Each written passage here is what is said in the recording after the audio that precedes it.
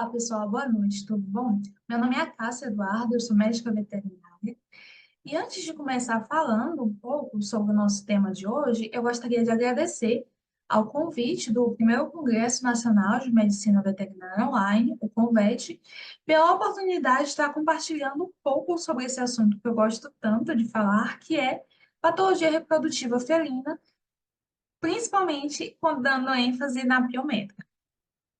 Antes da gente começar falando em si das patologias, é importante entender o porquê que é fundamental estudar patologias reprodutivas nessa espécie animal. A família Felidae, ela é composta de aproximadamente 38 espécies, sendo que apenas o Felis catus, que é o gato doméstico, não apresenta um risco iminente de extinção. Isso significa que realizar estudos, experimentos em gatas domésticas pode ser fundamental para a manutenção da conservação de muitas espécies animais e servir também de modelo experimental para diversas situações patológicas em gatos ameaçados de extinção. Antes da gente começar falando, é importante lembrar algumas características fisiológicas das gatas. As gatas, elas são consideradas como poliéstricas estacionais com fotoperíodo positivo. O que isso significa? Regiões em que tem estações bem definidas, zonas bem temperadas, ou, por exemplo, zonas tropicais, como o Brasil, em que há uma alta incidência solar, vai ter uma diminuição da produção de melatonina e, consequentemente, vai ter uma maior liberação de GNRH. Isso vai levar a felina a apresentar alguns comportamentos reprodutivos e entrar ali naquele ciclo estral. Uma outra característica interessante das felinas é que elas apresentam uma ovulação induzida. O que isso quer dizer? Nem sempre, quando ela passa pelo ciclo estral, ela entra na fase do diéstro. Ou seja, é, digamos, uma fase opcional. Essa ovulação, geralmente, ela é decorrente de estímulos, principalmente estímulos tácteis, que eu vou falar um pouco mais à frente. Porém, ela necessita desse estímulo para que ela possa ovular. Caso não ocorra esse estímulo, ela irá passar pela fase de proestro, estro, porém ela não vai entrar na fase do diestro e ela pode retornar novamente para uma outra fase chamada de interestro, que vai ser uma fase, digamos, de intervalo entre os ciclos estrais. Se for uma região que tem uma sazonalidade muito bem definida e estiver em época de outono e inverno, ela pode passar para a fase do anestro e retornar novamente, então, quando tiver uma alta incidência solar, para o começo do ciclo estral. De modo geral, o ciclo estral ele tem duração média de 14 a 19 dias, isso quando a gata ela não passa pela fase do diestro, e ela tem um início da puberdade de aproximadamente de 6 a 9 meses, porém pode depender de algumas características idiosincráticas dessas felinas, como, por exemplo, a estação do ano em que ela nasceu, algumas características de herdabilidade e também de acordo com o peso dessa felina. De modo geral, é observado que há uma divisão de 4 períodos em que nós temos um período anovulatório, que é caracterizado pelas fases do proestro e do estro, um período ovulatório, que seria a fase do diestro, pode ser um diestro gestacional ou não. Esse diestro não gestacional ele pode ser um diestro, digamos assim, simplesmente não gestacional, ou pode estar ocorrendo uma patologia denominada de pseudogestação. Pode ter uma fase sem ovulação, que ocorre, digamos, entre os estros, que é denominado de interestro, como se fosse uma fase de intervalo entre um ciclo estral e outro, e a fase de quiescência reprodutiva, que vai ser o anestro, que geralmente é observado em zonas temperadas, com aquelas estações muito bem definidas. A fase do proestro e estro é caracterizada principalmente pelo desenvolvimento desses folículos ovarianos e alta produção de estradiol pelas células principalmente da granulosa. A fase do diestro, como eu disse anteriormente, ela ocorre secundária geralmente a algum estímulo e nessa fase vai ter uma predominância de um outro hormônio, que vai ser a progesterona, que vai ser produzida pelos corpos lúteos formados durante o processo de ovulação. Já a fase do interéstro, como eu disse anteriormente, é uma fase de intervalo entre os ciclos estrais, em que isso pode acontecer após o final do estro, caso não ocorra um estímulo para que ela entre na fase do diestro, ou logo ao final do diestro, em que está tendo aquele final da gestação ou final daquela fase luteínica, e esse animal ele pode novamente regressar ao começo do ciclo estral. E temos também a fase de quiescência reprodutiva, que é caracterizada principalmente em zonas bem definidas, com estações bem definidas, zonas temperadas, que ocorre principalmente na fase de outono e inverno.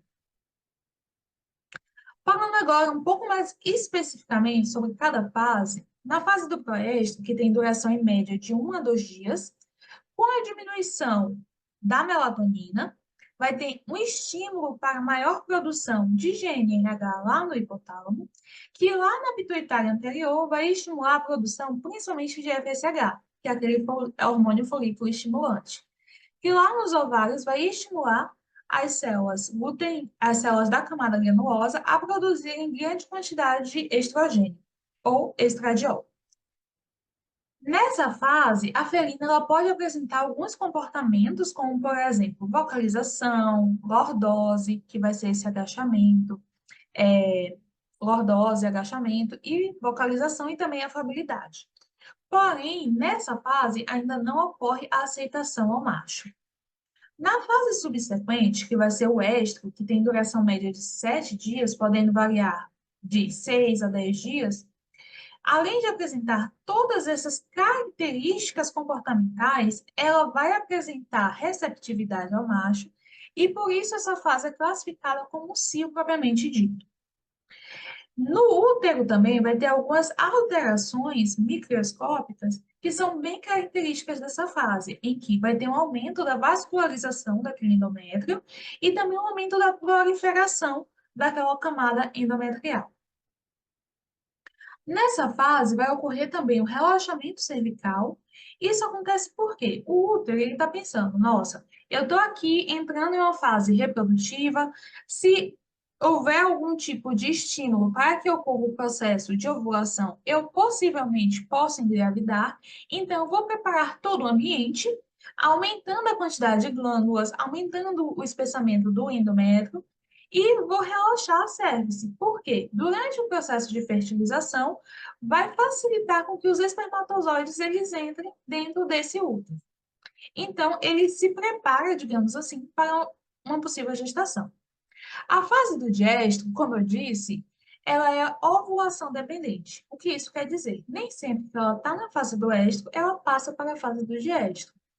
A fase do diestro, geralmente, ela ocorre secundário a estímulos táteis. Se a gente lembrar lá da anatomia do, do gato, a gente lembra que principalmente gatos não castrados, eles apresentam essas espículas na região do pênis. Essas espículas, elas têm uma funcionalidade de lá na região da cervice, na vagina, estimular algumas zonas que, consequentemente, vão estimular aquele processo, aquele pico de LH para que ocorra, então, o processo de ovulação.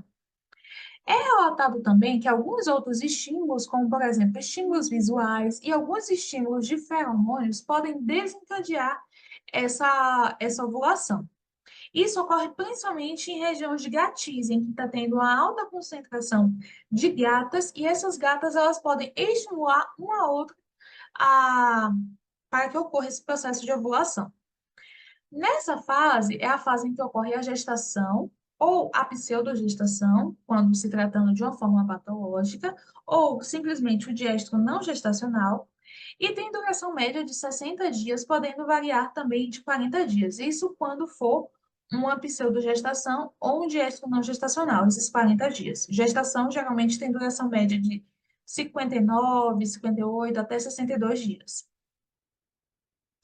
Essa fase ela é caracterizada pela formação daquele corpo útero, que consequentemente vai produzir uma alta concentração de progesterona. A progesterona, por sua vez, ela leva algumas alterações também naquele útero, como, por exemplo, diminuição da atividade immunouterina, diminuição da contratilidade miometrial e também o fechamento cervical. Isso acontece por quê? O útero está pensando, nossa, possivelmente eu posso gestar nesse período. Então, eu vou evitar ficar contraindo muito para que aquele embrião ele não tenha uma certa dificuldade no seu ancoramento e vou também fechar a cervice para que eu não perca aquele embrião. Então, ele faz tudo isso na tentativa de manter uma gestação saudável. A fase do interéstro, como eu disse anteriormente, ela pode acontecer quando não ocorre a fertilização do óvulo, ou seja, logo após a fase do estro, ou ao final da gestação, ou ao final da fase do diestro, em que vai ter uma liberação de PGF2-alfa pelo útero e, consequentemente, isso vai levar a um processo de luteólise. É nessa fase que aquele corpo útero ele vai evoluindo e ele vai se transformar, então, no corpo álbucas, que digamos, hormonalmente inativo, ele não produz nenhum tipo de hormônio. A fase do anéstico, ela ocorre sazonalmente, principalmente em regiões que têm países de zonas temperadas, em que, devido ao aumento da melatonina produzida lá na pineal, vai ter um estímulo para a diminuição da produção de GNRH.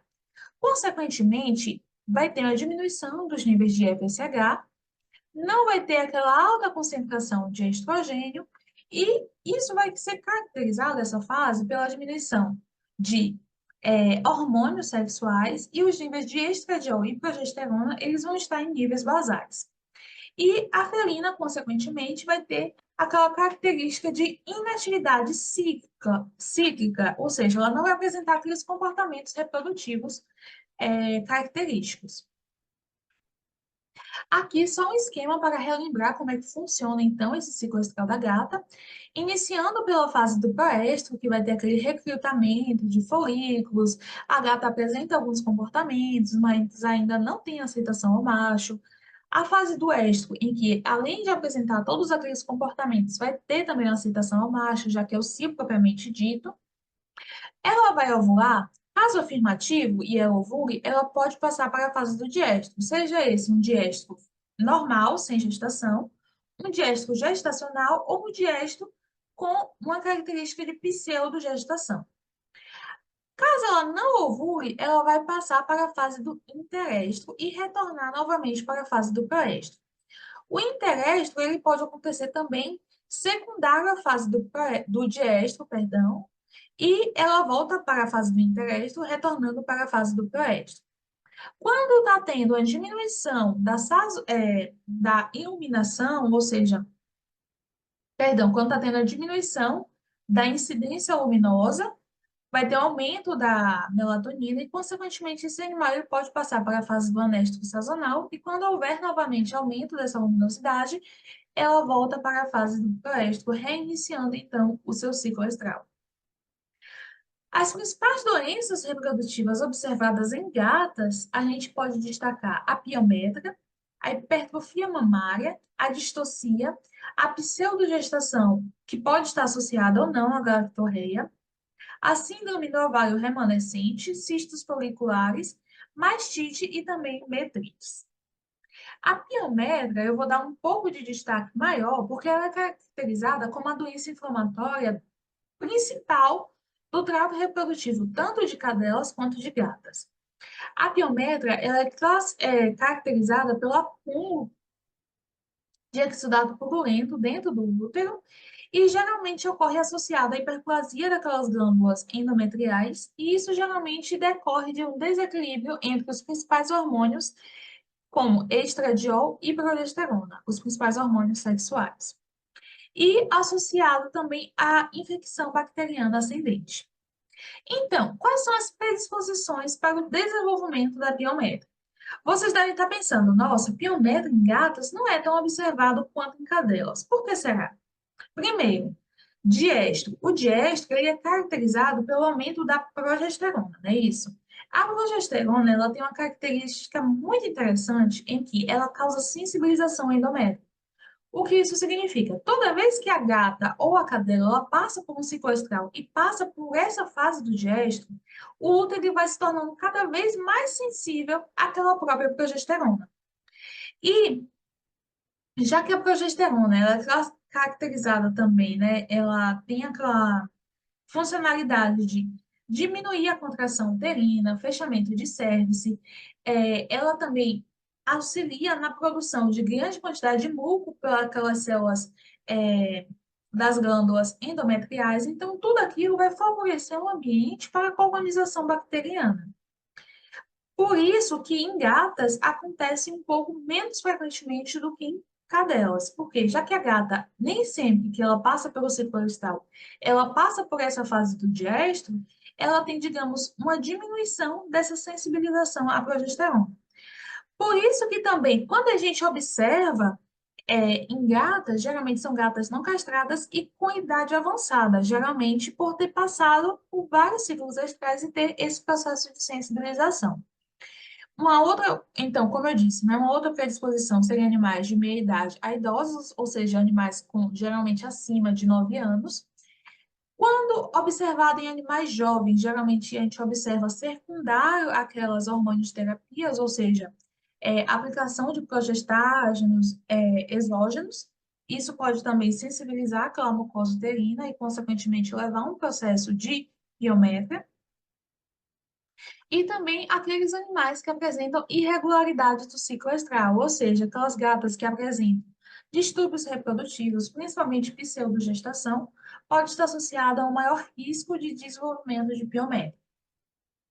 Então, como é que ocorre esse desenvolvimento da piométria?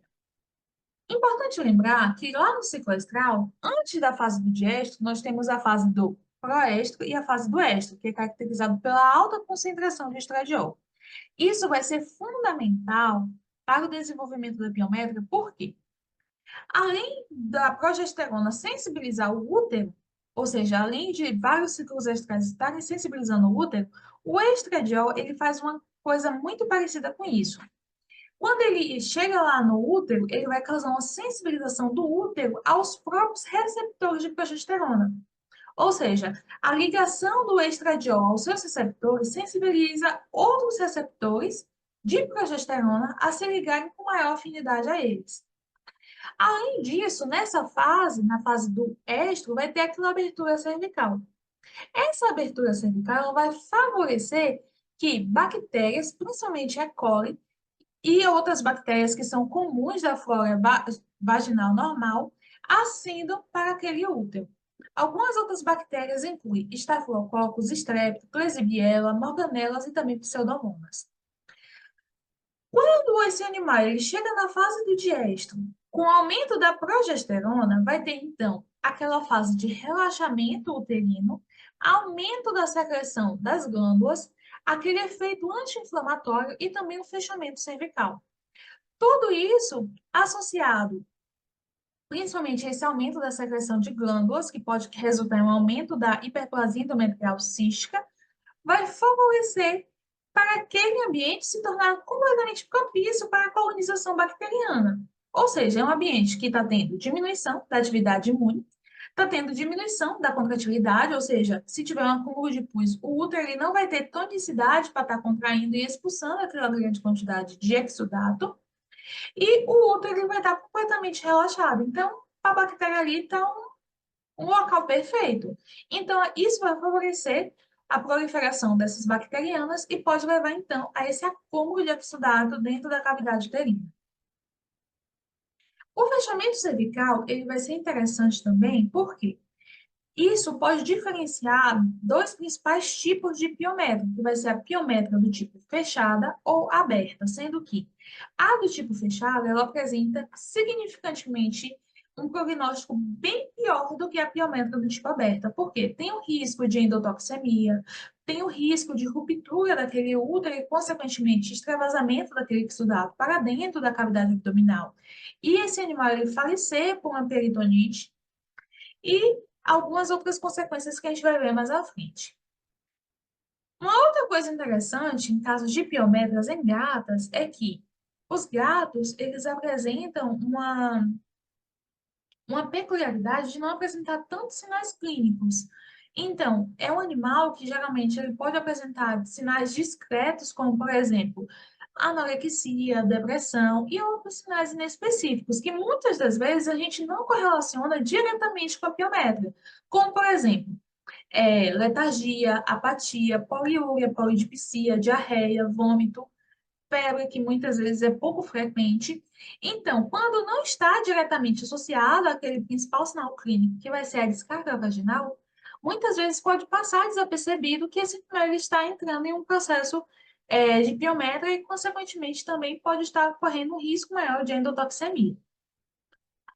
Os aspectos clínicos geralmente são dependentes da severidade daquela piometra, ou seja,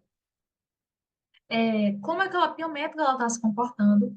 Nós já falamos um pouco sobre a piometra do tipo aberta e do tipo fechada, sendo que a fechada ela apresenta um maior risco de toxemia devido à absorção daquelas toxinas pela mucosa uterina, que vai estar bastante sensibilizada.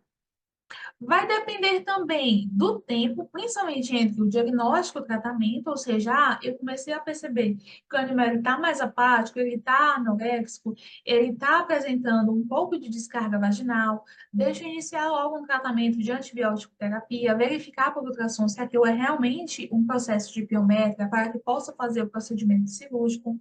Então, tudo isso vai ser fundamental para a sobrevida do animal e também para evitar que haja consequências para essa saúde desse animal. E também o comprometimento de alguns outros órgãos, como principalmente os rins, e em caso de septicemia, toxemia, também o sistema nervoso central. O diagnóstico ele vai ser baseado principalmente nos sinais clínicos associados a uma boa anamnese, vai ser muito importante saber o histórico reprodutivo daquele animal, se é um animal que já passou por diversos ciclos estrais, se já teve gestação, pseudogestação ou não, se é um animal que já recebeu progestágenos ou algum outro tipo de hormônio exógeno. Então, tudo isso vai ser fundamental para poder direcionar também esse diagnóstico, associado a sinais clínicos, mas a gente já viu que sinais clínicos muitas das vezes pode ser inespecífico. Exames de imagem, principalmente ultrassom, para verificar a densidade daquele líquido, daquele conteúdo que vai estar ali dentro do útero, diferenciar de uma gestação ou não, diferenciar de corpos estranhos, outras anomalias que podem estar ocorrendo. Pode ser realizada citologia vaginal para verificar aquele conteúdo da cavidade uterina, realizar cultura e antibiograma, caso seja observado bactérias, para que possa instituir um protocolo de antibiótico terapia adequado. Exames laboratoriais também podem auxiliar em que a gente pode observar exames de sangue, verificar se está tendo leucocitose, principalmente por neutrofilia, se está tendo aumento da relação de proteína-globulina, que isso pode estar associado a um processo inflamatório também, tudo isso pode estar ajudando. E também realizar a histopatologia daquele útero, que pode ser realizado por procedimento cirúrgico. Então, verificar se realmente aquilo que estava ali dentro da cavidade dentro do útero, ele era piometra ou não. Como é que geralmente a gente observa esse animal com piometra? Geralmente é um abdômen mais distendido, e isso pode confundir também com o processo gestacional, então por isso que é importante realizar exames de imagem. O aumento desse útero pode estar também ser detectável durante o processo de palpação, e quando é palpado, geralmente apresenta uma consistência fluida. Aqui demonstrando o animal antes do procedimento cirúrgico, a gente observa esse aumento desse abdômen, e após o procedimento cirúrgico, a gente percebe que era grande parte devido àquele útero que estava intensamente aumentado por um processo de piometra. Na histopatologia, geralmente a gente pode observar um aumento da espessura daquela parede uterina, em que a gente observa aqui, a parede uterina geralmente era para estar desse tamanhozinho mais ou menos aqui, era para ser bem discretozinho. Em caso de piometra, a gente pode observar uma ectasia, que vai ser essa dilatação dessas glândulas, e grande proliferação dessas glândulas também. Pode também haver, digamos, esse processo de hiperplasia e hipertrofia dessas glândulas, e elas apresentarem como se fossem essas projeções para o lumen uterino. Associado a isso, a gente pode observar um exudato mucopurulento, que vai ser caracterizado, né, pela grande quantidade de células inflamatórias, principalmente neutrófilos, porém pode ter também alguns macrófagos, alguns linfócitos, a depender do tempo de evolução daquela piométria, e também debris celulares. O tratamento da piometra, geralmente, ele pode ser dividido em dois tipos de tratamentos principais, em que nós temos o tratamento clínico, que vai ser com base em antibióticos, pode ser realizado também algumas medicações como ocitocina para aumentar aquela contratilidade uterina e expulsão daquele conteúdo purulento, e associado também a analgésicos e antipiréticos. Porém, é importante lembrar que esse tratamento não é um tratamento definitivo, ou seja, é um animal que o tutor não quer castrar, ele ainda quer utilizar aquele animal para reprodução, tal e tal. Então, vamos fazer esse tratamento clínico que vai resolver. Vai resolver por hora.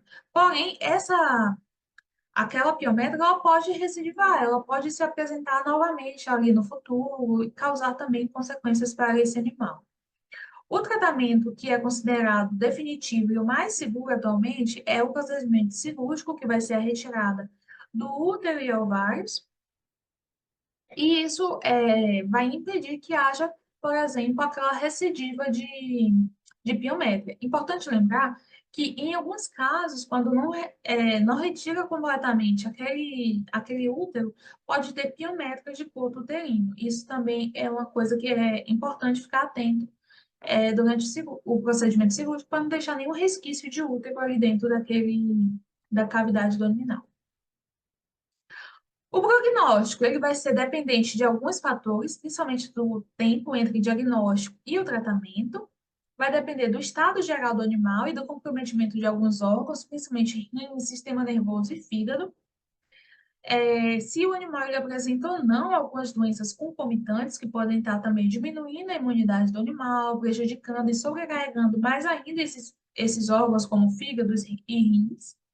E também se está ocorrendo a ruptura uterina, sendo que, quando ocorre a ruptura uterina, as chances de mortes aumentam de aproximadamente 30 a 50% desses animais. Os diagnósticos diferenciais de uma piométria incluem a gestação, principalmente na sua fase inicial, e por isso é importante realizar alguns exames complementares, como, por exemplo, exames de imagem, talvez até exame de sangue, para verificar se está tendo aumento de células inflamatórias ou não. Diferenciar também de processos neoplásicos uterinos, como os adenomas, é, neoplasias também mesenquimais, como miomas, né, que o nome correto, na verdade, não é esse, seria, esqueci, gente, mas miomas de maneira geral, mucometra, que seria acúmulo de exudato mucoso dentro daquele útero, porém sem colonização bacteriana, porém isso também pode favorecer, né, posteriormente, uma infecção bacteriana ascendente e resultar em um caso de piometra. Hemométrica, que vai ser aquele acúmulo de sangue dentro do útero, hidrométrica, que vai ser o acúmulo de líquido, metrites, de maneira geral, vaginites, corpos estranhos e também algumas anomalias anatômicas. Uma outra patologia muito importante que a gente vai falar e que também geralmente está associado à aplicação de progestágenos ou hormônios exógenos vai ser a hipertrofia mamária. Essa hipertrofia mamária, ela é uma condição não neoplásica e ela pode ser denominada também como hiperplasia fibroepitelial mamária felina ou complexo fibroadenoma felino. Essa nomenclatura de fibroadenoma, eu não gosto muito de utilizar, porque dá a entender que está tendo ali um processo neoplásico, um adenoma. Porém, nesses casos, não é classificado como procedimento, como um processo neoplásico esse aumento de volume. Geralmente é uma proliferação fibroglandular benigna associada principalmente a desequilíbrio de progesterona de uma ou mais glândulas mamárias. Geralmente, a gente observa uma cadeia inteira dilatada ou ambas as cadeias mamárias dilatadas nesses casos. Geralmente é um crescimento, um aumento de volume súbito, um edema mamário em um curto período de tempo, geralmente de 2 a 5 semanas. Isso geralmente ocorre secundária àquela aplicação de hormônios exógenos, ou seja, aplicou o hormônio, se essa gata ela for desenvolver, ela pode apresentar nesse intervalo pequeno, né, de aproximadamente 5, 3 semanas, aquele crescimento glandular. Quando ocorre o crescimento muito rápido e muito expansivo daquelas glândulas mamárias, essa gata ela pode apresentar ulceração e abscesso, principalmente decorrente de trauma, é, em que aquela felina ela não consegue, por exemplo, evitar que aquelas mamas elas se arrastem no chão, que aconteça um processo de ferida, de ulceração daquelas glândulas e pode ocorrer, então, proliferação bacteriana ali e, consequentemente, levar um processo mais crônico, mais dolorido para esse animal. Importante lembrar que essa situação, ela não é uma condição neoplásica, porém, por exemplo, aquele processo de ulceração, de cicatrização, um processo mais crônico pode dar é, um start inicial para que aquelas células elas possam se diferenciar realmente, ocorra uma mutação daquelas células e gerar, então, o processo de desenvolvimento de neoplasias. Porém, isso é uma situação menos frequente. A epidemiologia, geralmente a gente observa em gatas intactas, ou seja, gatas não castradas, que fazem uso de tratamento um, um tratamento antigestacional, anticoncepcional, na verdade, principalmente por uso de progestágenos, e também pode ser observado em algumas fêmeas prenhes, porém isso é muito menos comum. Geralmente essa situação ela está associada àquelas gatas que já apresentam algum tipo de distúrbio reprodutivo, principalmente gatas com distúrbios de ovulação, em que elas podem apresentar ovulação espontânea, aquelas gatas que uma fica estimulando a outra a ovular, isso também pode levar a uma predisposição. Geralmente ocorre em animais de toda a vida, ou seja, de animais de 6 meses até o final da vida, 13 anos ou mais de idade.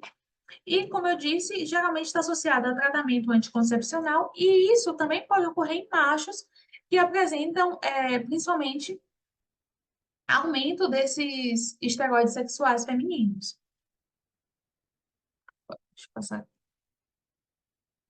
Então, quais são as predisposições? Como eu já disse anteriormente, pode acontecer 1 a 2 semanas após o estro, devido ao estímulo, daqueles hormônios que pode estar ocorrendo ali.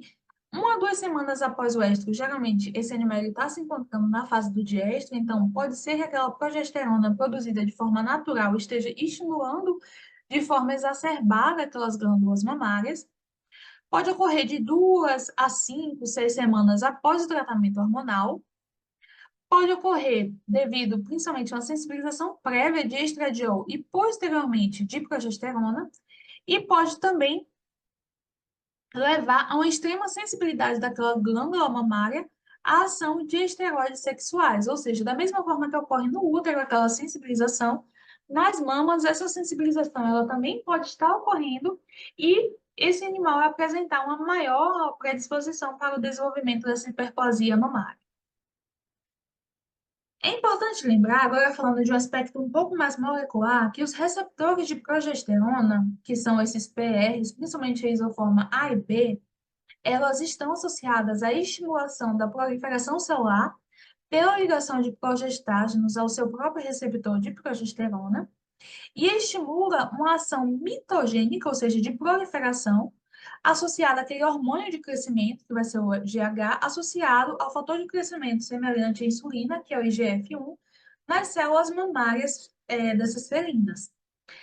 Além disso, o aumento dessa expressão de GH associado ao aumento de receptores para GH e IGF-1 pode ocorrer associado ao desenvolvimento dessa hiperplasia mamária felina. Aqui demonstrando como isso pode acontecer, mostrando mais profundamente o efeito mitótico e antiapoptótico desses hormônios.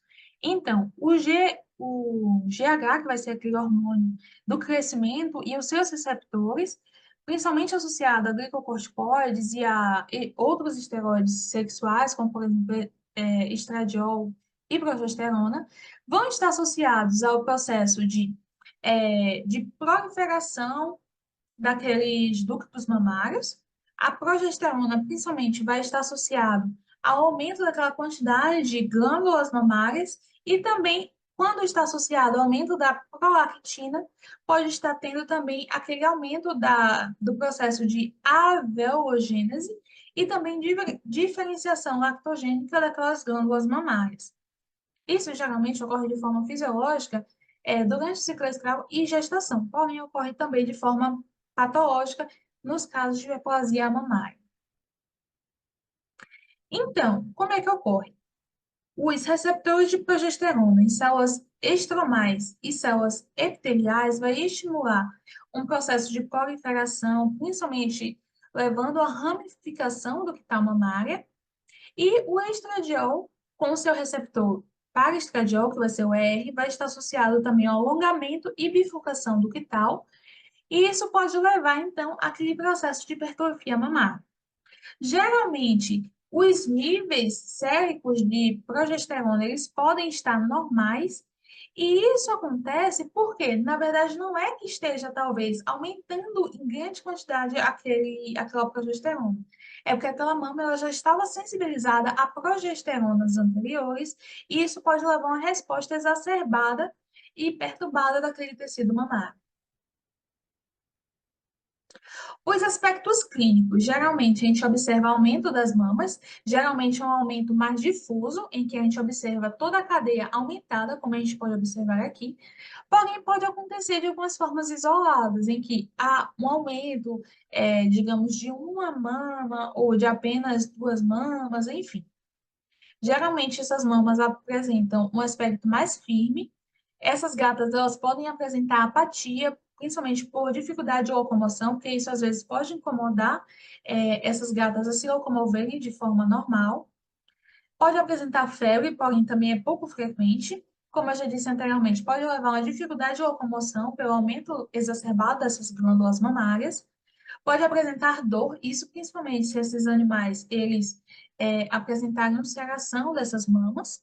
E, como eu já disse anteriormente, pode acontecer erosão e ulceração, porém, isso é menos frequente, isso é mais observado quando há um aumento difuso dessas glândulas e um aumento muito exacerbado, e pode acontecer também um processo de necrose desse tecido mamário. O diagnóstico geralmente está associado a uma boa anamnese e a apresentação dos sinais clínicos, ou seja, vai ser aquele tipo de tutor que vai chegar e vai falar assim, ah, não, isso daqui, esse aumento de volume, ele cresceu de um mês para cá. E ele vai estar falando a verdade nesse caso, sabe? Porém, aí vai ser importante lembrar, ó, você fez algum uso de medicação, fez algum uso de progestágeno, de algum tipo de hormônio injetável, de algum enfim, saber conversar com o tutor para verificar se houve algum tipo de comportamento, algum tipo de aplicação de medicamento próximo daquele crescimento mamário, se é um animal que estava gestante, teve filho recentemente, enfim, tudo isso vai ser importante para chegar no diagnóstico. Realizar a histopatologia também desse tecido mamário vai ser muito importante, se for retirado por procedimento cirúrgico. Realizar a citologia, porém a citologia é pouco conclusiva, principalmente para diagnosticar processos neoplásicos, principalmente neoplásicos malignos. Realização de exames de imagem, como ultrassonografia, raio-x, vai ser importante, principalmente quando se está suspeitando também de neoplasia mamária, para verificar metástase, e também se está tendo calcificação daquele tecido mamário. O tratamento, geralmente, ele inclui a descontinuação de terapias hormonais, ou seja, se aquele animal está fazendo uso de algum tipo de hormônio exógeno, retirar essa medicação, realizar tratamento complementar em algumas situações complicadas, como mastite, ulceração e abscesso, realizar antibiótico terapia, pode-se utilizar anti-inflamatórios não esteroidais, principalmente para dor e desconforto desses animais. É realizado também a medicação de um medicamento chamado de aglestristone, que ele é um bloqueador de receptor de progesterona, ou seja, ele bloqueia aquele receptor de PR. Isso pode ser utilizado em excesso em casos de gestação, por quê? Gestação é um processo fisiológico, então, está acontecendo aquela hipertrofia mamária? Tá, mas por quê? Porque aquele animal está gestante que ele vai precisar, posteriormente, daquelas glândulas mamárias para poder dar leite aos seus filhotes. Pode ser realizada, nesses casos também, a ovariectomia ou ou castração, se for um animal macho, para evitar que haja, por exemplo, a necessidade de realizar esses hormônios e esteroides sexuais como forma contraceptiva, e pode ser realizada também a mastectomia. Isso geralmente ocorre em casos graves e que não são responsíveis a outros tratamentos. Mas pode ser realizado também até para evitar algum tipo de neoplasia que possa se desenvolver naquele local também. O prognóstico, ele vai depender se for uma hipertrofia mamária complicada, com complicação ou quando está tendo uma complicação um pouco mais acentuada. Quando não é complicada, geralmente apresenta um bom prognóstico em que realiza aquelas medicações, retira-se aquele uso de progestágenos, de contraceptivos exógenos, e o animal geralmente se recupera bem. Porém, pode apresentar algumas complicações, como mastite ou ulceração, que pode afetar negativamente o prognóstico. Esse animal pode apresentar um risco maior, principalmente de colonização de bactérias, uma septicemia, enfim. Em alguns casos, pode realizar drenagem cirúrgica de abscessos mamários, e isso pode acelerar a regressão da hiperplasia fibroepitelial felina e pode levar também a uma melhora do prognóstico do animal. Uma outra patologia que pode acontecer também vai ser a síndrome do ovário remanescente. Isso geralmente ocorre secundário ao processo de castração, e isso pode ser caracterizado por uma permanência de uma fração do tecido ovariano após uma castração, um ovário salpingo-esterectomia. Geralmente, isso decorre daquele ovário que ficou ali um pequeno fragmento de ovário. Aquele fragmento ele vai passar por um processo de revascularização e vai se tornar funcional novamente e vai produzir grande quantidade de hormônios. Geralmente, isso acontece quando realizada um procedimento de castração e fica ali um pedaço de ovário, ou pode ser também que esse animal ele apresente um ovário acessório, ou seja, retirou todos aqueles ovários que tinham ali, porém o animal ele tinha alguma alteração em que tinha um ovário supranumérico e ele levar esse aumento de hormônios.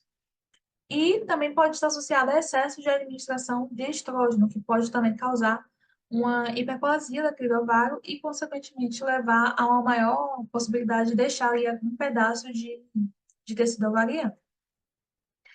Os sinais clínicos, geralmente, eles incluem um comportamento de ciclicidade desses animais, ou seja, aqueles animais, eles continuam apresentando todos aqueles sinais característicos da fase de proestro e de estro, mesmo estando sendo castrados, e o tempo, geralmente, de apresentar esses sinais clínicos são de 3 meses a 7 anos após o procedimento de castração e dura, com média, mais ou menos de 2 anos, ou seja, aquele tempo que dura para aquele ovário remanescente ele começar a se tornar funcional novamente, produzir grande quantidade de hormônio que dê para ser detectável em um nível comportamental ou nível cérebro.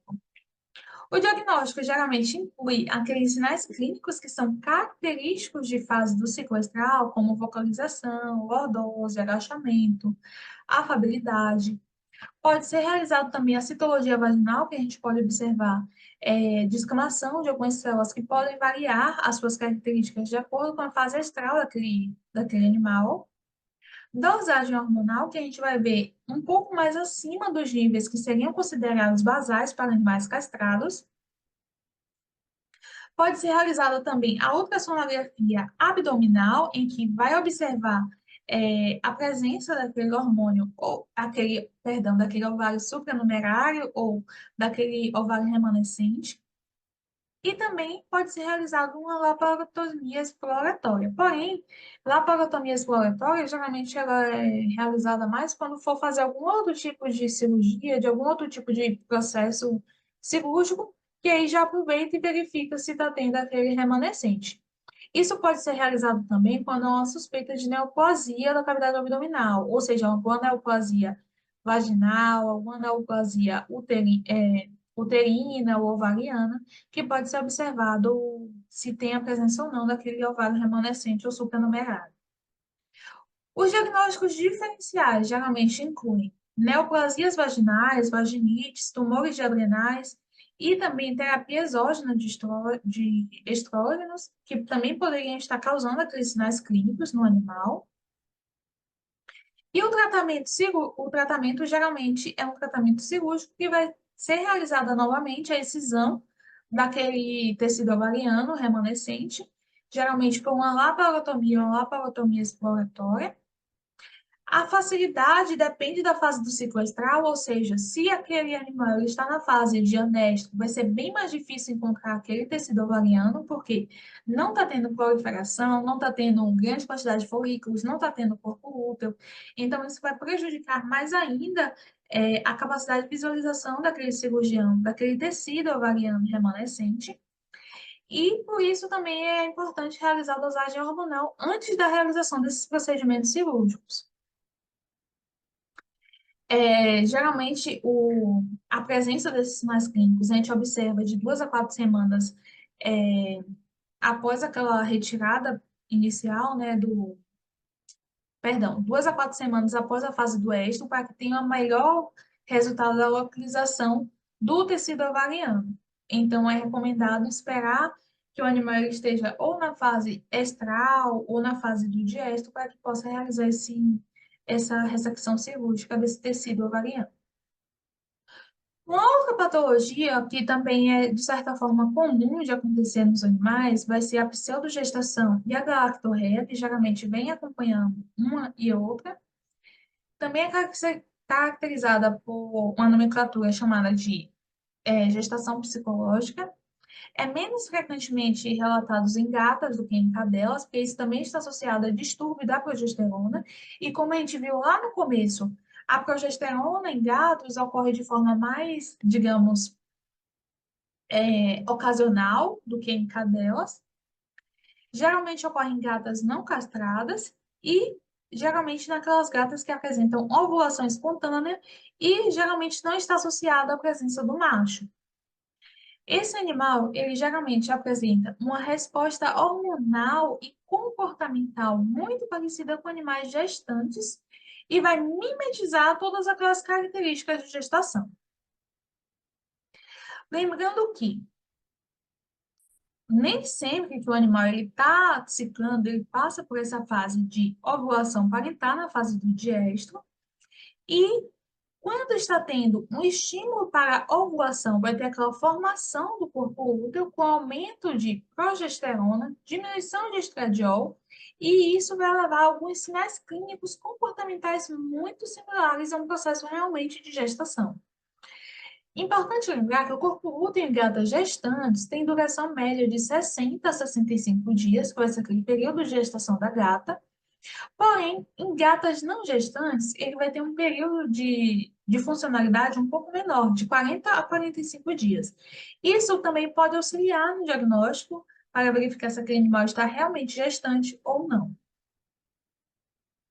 Então, como é que ocorre então esse processo de pseudogestação e de galactorreia? Geralmente está associado ao aumento da concentração de alguns esteroides sexuais, como progesterona e estradiol, como eu já disse anteriormente, porém pode estar associado também ao aumento da concentração de prolactina. A prolactina, ela também vai levar a um processo de sensibilização daquele tecido uterino e também mamário, e a prolactina, ela vai agir como um agente permissivo e vai ser mediada por receptores dopaminérgicos que vão facilitar com que ela tenha, digamos, uma resposta positiva àqueles comportamentos, como aninhar, formar ninhos, né? Adotar animais como seus. Então, tudo isso pode estar ocorrendo nesse caso de pseudogestação. Importante lembrar que, principalmente, castração, quando realizada na fase de progesterônica ou na fase lútea, pode levar a uma diminuição abrupta de progesterona, e isso pode levar, secundariamente, a um estímulo da progesterona, como se fosse um processo de parto. Então, por isso que, geralmente, pseudogestações, elas podem estar associadas também ao desenvolvimento dessa galactorreia. Por quê? Está diminuindo de forma abrupta a progesterona, a prolactina entende, nossa, a gente não estava gestante? Estava. Então, vamos produzir agora que estamos nesse momento de parto, vamos produzir grande quantidade de prolactina para que possa, então, alimentar esses filhotes. Geralmente, como um aspecto clínico, a gente observa de 4 a 9 semanas após o término do ciclo estral, ou seja, nesse caso aqui, a felina ela vai entrar na fase do diéstro, ela vai ficar durante esse período com essas características, e ela pode apresentar o seu comportamento um pouco mais maternal, como aninhamento, cuidado excessivo com alguns objetos inanimados, pode adotar uso de pelúcia, meias, qualquer tipo de objeto. Ela pode buscar um local para criar os seus filhotes imaginários, pode ter alta produção de leite pelas mamas, pode ser caracterizada por uma agressividade maior, então aquele tutor que vai tentar chegar um pouco mais perto, ela pode apresentar aquele comportamento um pouco mais protetor é, e agressivo até algumas vezes, na tentativa de proteger aqueles seus filhotes que são, na verdade, imaginários. Algumas características também, como apatia e irritabilidade, também podem estar presentes nesses animais. O diagnóstico geralmente está associado a um histórico clínico, uma boa anamnese também vai ser fundamental para o diagnóstico, se esse animal está tendo ou não um processo de pseudogestação, saber se aquele animal ele teve contato, se aquela fêmea, né, teve contato com algum macho durante o seu período do estro, para que possa realmente ter ocorrido um processo de fertilização ou não. Observar também aqueles sinais clínicos apresentados pelo gato e relatado pelo tutor. Exames físicos para avaliar o tamanho e a consistência das glândulas mamárias, para diferenciar se está tendo processo neoplásico, processo hiperplásico ou não. E um dos exames mais fundamentais para o diagnóstico vai ser a realização da ultrassonografia, para detectar e descartar se está tendo realmente uma gestação real ou não. O tratamento, geralmente, pode incluir tratamento medicamentoso, porém, é uma situação que geralmente é autolimitada. Porém, como eu disse lá no começo, quando a gente foi falar de biométrica, a pseudogestação, ela pode ocorrer com um fator, digamos, é, que predispõe o desenvolvimento da biométrica. Então, às vezes, também pode ser realizado o processo de castração para evitar que esse animal ele apresente novamente esse tipo de comportamento. Então, geralmente uma situação autolimitante, o útero não gravídico ele vai liberar ao final daquele período de 40 a 45 dias PGF2-alfa, que vai causar um processo de luteólise. O tratamento comportamental pode ser realizado para desencorajar o comportamento materno e reduzir o estímulo daquele comportamento maternal, de ser mãe, enfim, evitar deixar que o animal ele realize aqueles comportamentos de aninhamento, de adoção de objetos inanimados. Em alguns casos, alguns outros medicamentos, eles podem ajudar a regular os níveis de hormônios, principalmente a prolactina, como agonista dopaminérgicos, como cabergoline e metergoline, que eles vão antagonizar aqueles receptores de prolactina e também receptores de dopamina e vai diminuir aquele comportamento mais maternal nesses animais. Uma outra patologia que pode acontecer nas gatas vai ser a distocia. Nesse caso, a gata ela se encontra grávida de verdade e vai ter uma complicação durante o processo de parto. Isso geralmente devido à dificuldade ou incapacidade da gata de dar à luz de forma natural para aqueles seus filhotes. A incidência da distocia em gatas geralmente varia entre 0,4% e 8%, podendo ser maior em alguns grupos raciais, principalmente gatos braquicefálicos,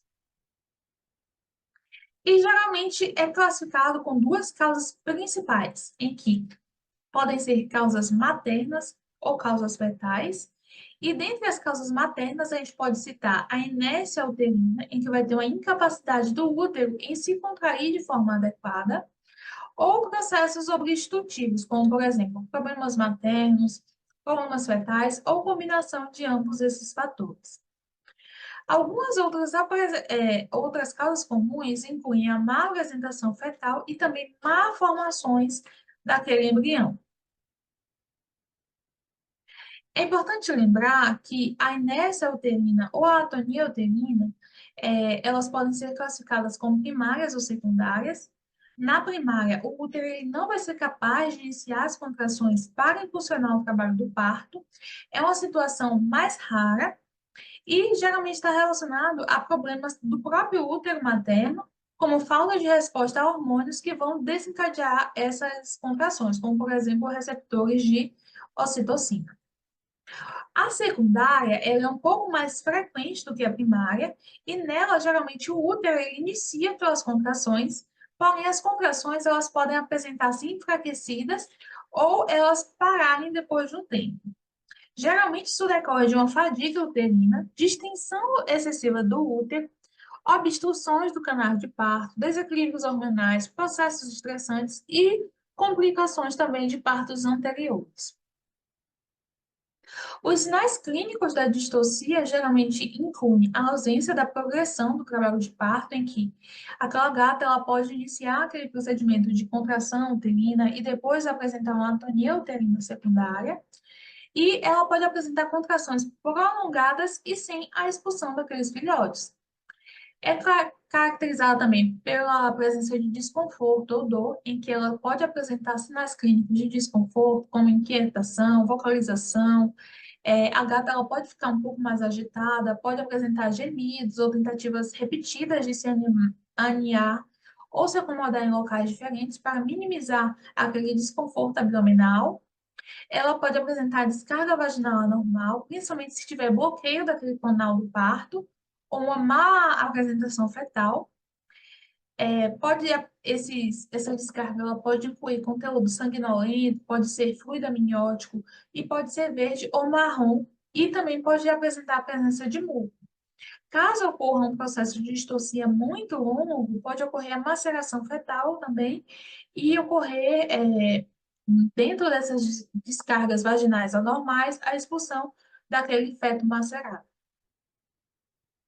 A gata ela pode apresentar também prostração ou letargia, em que, à medida que aquela distocia ela vai progredindo, essa gata ela pode apresentar exaustão e ficar mais prostrada, letárgica ou mostrar sinais de fraqueza em geral. O tratamento de distocia geralmente ele inclui a monitoração daquele animal, daquela mãe, durante aquele processo de parto. O tratamento conservador geralmente inclui a administração de ocitocina, correção manual, em alguns casos pode ser realizado. Porém, por exemplo, em alguns animais que apresentam problemas nos seus receptores de ocitocina, isso pode não estar sendo viável essa aplicação de ocitocina. Pode ser realizado também o processo de cesariana daquele animal e realizar cuidados pós-operatórios, como, por exemplo, a realização de medicação para dor, para processos inflamatórios que podem estar ocorrendo ali naquele útero. O prognóstico nesses casos geralmente é variável, e isso vai depender principalmente da causa daquela distocia. O prognóstico também vai ser dependente da saúde geral da grávida e dos filhotes após o parto, a rapidez em que aquele tratamento ele vai ser iniciado.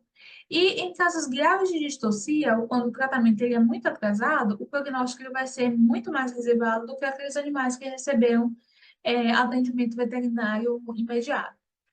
A distocia prolongada ele pode levar a danos nos tecidos uterinos, infecções graves, falência de órgãos e até mesmo a morte da gata e ou dos filhotes. Eu agradeço a todos pela atenção, fico à disposição para qualquer pergunta, qualquer comentário. Vocês podem entrar em contato tanto pelo meu e-mail quanto pelo meu perfil profissional, que é @patologia.vet. E eu gostaria de agradecer novamente à comissão organizadora do Convete pelo convite de poder estar aqui falando sobre esses assuntos que eu gosto muito. Obrigada a todos.